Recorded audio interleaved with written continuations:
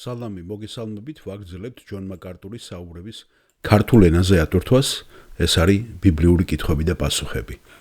Შემდეგ კითხვა ძალიან საინტერესოა ამ მე-40 განყოფილებაში და ის ეხება ცელიბატის ნიჭს. ცელიბატი ეს ლათინურად არის დაუქორწინებლობის ნიჭი.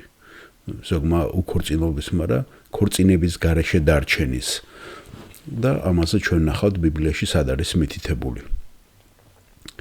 კითხვის ავტორს აინტერესებს რა ნიშნები და რა გარემოებები შეიძლება იყოს ჩვენთვის გამაფრთხილებელი, რომელიც შეგვიძლია გამოვიყენოთ, რომ ჩვენ დავადგინოთ გვაქვს თუ არა ცელიბატის ნიჭით, რომ დავრჩეთ დაუქორწინებელი. არ ვიცი ხა მამაკაცის ხავს მე ესე მგონია, აქ არ ჩანს კითხვას დამსმელის გვარი და სახელი, მაგრამ იქიდან გამომდინარე, რასაც ჯონი იტყვის ბოლოში, მე მგონი მამაკაცზე არის ეს მითითებული. და უნდა თქვათ ხშირად ხოლმე, რომ დასავლურ წრეებში, პროტესტანტულ წრეებში შეიძლება მამაკაცებს ჰქონდეთ ეს უფრო ეს მოთხოვნა.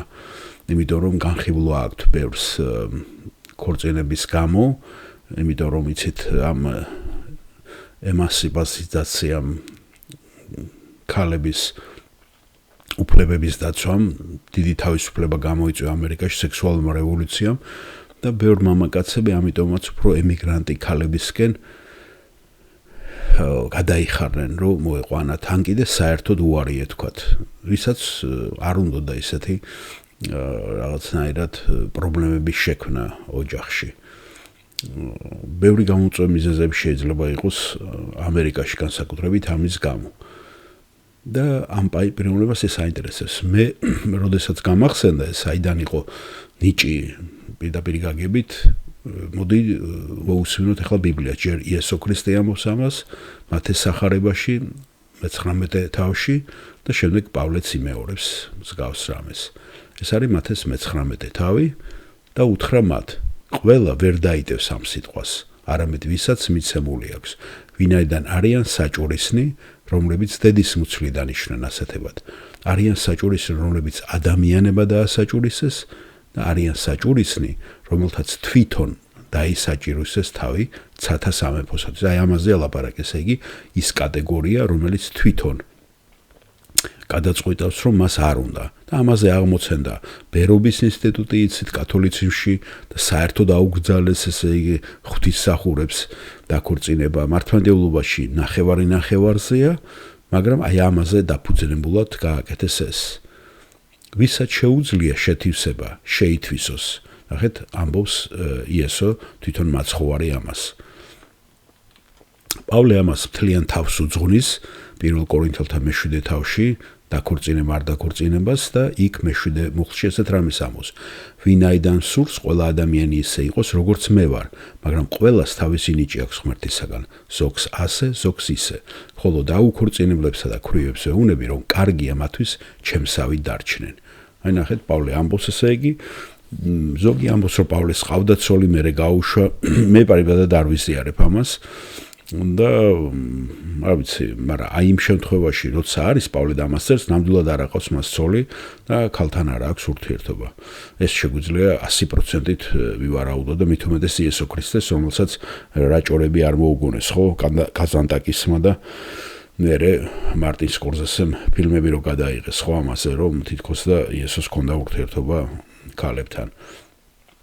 მარია მაგდალენელთან ვითომ ასე რომ ეს ყველაფერი არის სპეკულაციები, მაგრამ ფაქტი და რეალობა ის არის იმ მომენტში, როცა პავლე ამბობს, ეს 100% შეგვიძლია თქვათ, რომ არ არის დაქორწინებული, იმიტომ რომ პეტრეს ამბობს, ეგავსოს, რომ მასაც შეუძლია, რომ ყავდეს უფლება აქვს თანდევი და თანა მოახლე მეუღლე, როგორც პეტრეს ყავდა მეუღლე, მაგრამ მას არ ყავდა მეუღლე. და გამორიცხულია, რომ ყავდა დაუშვათ საყვარლები და ან კიდე ვიღაცასთან ჰქონდა ურთიერთობა. ნუ პავლე გვეუბნება, რომ მას აქვს ეს ნიჭი და ინარჩუნებს ამ ნიჭს. და ჯონ მაკარტური ძალიან საინტერესოდ პასუხობს ახლა ამას. ჩემთვისაც დასაფიქრებელი იყო ეს, რომ განვასხვაოთ, ესე იგი, რა არის ნიჭი და რა არის ის, რომ ადამიანს ცოლი ვერ მოყავს, ან კიდე უარი უთხრეს, ხო? და ძალიან მნიშვნელოვანია, ძალიან ბევრმა გარემოებებმა შეიძლება ადამიანი დატოვოს გაუთხოვარი ან კიდე დაუქორწინებელი, მაგრამ ეს არნიშნავს, რომ მას ნიჭი აქვს და ამიტომ წავიდეს ბერად აღიკვეცოს ან მონასვნად. აი ჩემთვის ძალიან მისათითებელი იყო და ძალიან საინტერესო. ჯონ მაკარტური ესე პასუხობს, დიახ, ძალიან კარგი კითხვაა. რა გჭირდებათ იმის დასადასტურებლად, რომ თქვენ გაქვთ ეს დაუქორწინებლობის ნიჭი ან ცელიბატის ნიჭი. დარწმუნებული ვარ, ბევრ ადამიანს აინტერესებს ეს კითხვა და ეს საკმაოდ სუბიექტური რამ არის. მაგრამ მე ძირითადად ასე ვიტყოდი. სხვადასხვა მე გავაკეთე ჩანაწერების სერია, აუდიო ჩანაწერების სერია კორინთელთა მიმართ პირველი წერილიც მეშვიდე თავზე დაუქორწინებლობის ნიჭზე. შეიძლება დაგჭირდეთ ამათი ამოღება წიგნის მაღაზიიდან და გთხოვთ მოусვინოთ მას. მიდით, როცა დავამთავრებთ საუბარს და ჩემს აგარიშზე დააფიქსირონ და მოგცენ აუდიო ფირები ამის შესახებ. რადგან ისინი უფრო დეტალურ პასუხს მოგცემენ ამ საკითხზე. მაგრამ მე ამის მჯერა. მე მჯერა, რომ დაუქორწინებლობის ეს ცელიბატის ნიჭი უდრის სრულიად კმაყოფილებას მარტოობით. ეს არის სრული კმაყოფილება და არანაირი შეწუხება, თავშეკავება, თვითგვემა ამას არ უნდა ახლეს, თუ ეს ნიჭი გაქვთ თქვენ. თქვენ უნდა იყოთ სრულიად კმაყოფილი, სრულით ახსილი და უფრო მეწით. ეს ტოლფასია სულიერი მსახურების მიზნით. როდესაც ეს გაქვს, ამაზე ლაპარაკი, ეს ნიჭი უნდა მოახმაროს შემდეგ ღმერთის მსახურებას. ეს არ არის ის, რაც თავისთავად გეძლევათ. იცით, შეიძლება 13-მა ადამიანმა თქვენ უარი გითხრათ, როცა შესთავაზეთ და ყველამ უარი თქვა და ამითი ასკვნით, რომ თითქოს და მე ეს ნიჭი უნდა მქონდეს მაშინ. არა, ეს არ არის ესე, ეს ნიჭი ესე არ იძლევა. ცელიბატის ნიჭი არის სრული კმაყოფილება, მარტო ხელა, როცა რჩევით და ეს არის ღვთის მსახურების მიზნით. რადგან თქვენ გიზიდავთ ღვთის მსახურება, თქვენ გულში არის ღმერთისადმი მთლიანად შენი თავის მიძღვნეს სურვილი და ეს არის ყველანაირად რას გავსებთ. ახლა გარკვეულ მომენტში შეიძლება ეს ცელიბატის ნიჭი გამოცდასაც დაექვემდებაროს. აი მაგალითად, თქვენ როცა იწყებთ ამაზე ფიქრს, ხედავთ, უბრალო გამოცდა შეიძლება წამოვიდეს დედისაგანაც. თქვენი დედა მოვიდეს და დაგიწყოთ თქვენ ესეთი ლაპარაკი, 30 წლის ხდები და არ ახარ დაქორწინებული და ყველანაირად დაგიწყებთ ესეთ სულიერულ კითხვასაც.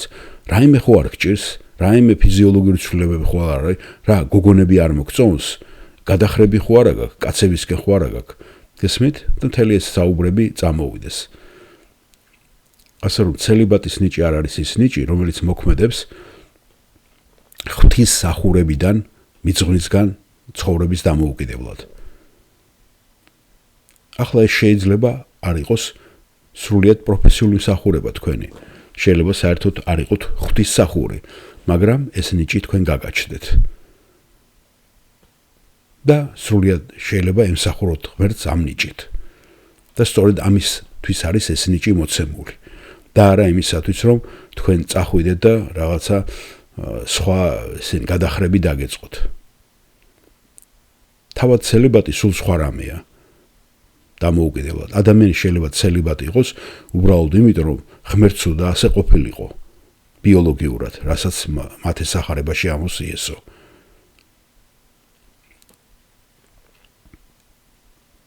და შეიძლება მას ჰქონდა რაღაცა დარღვევა.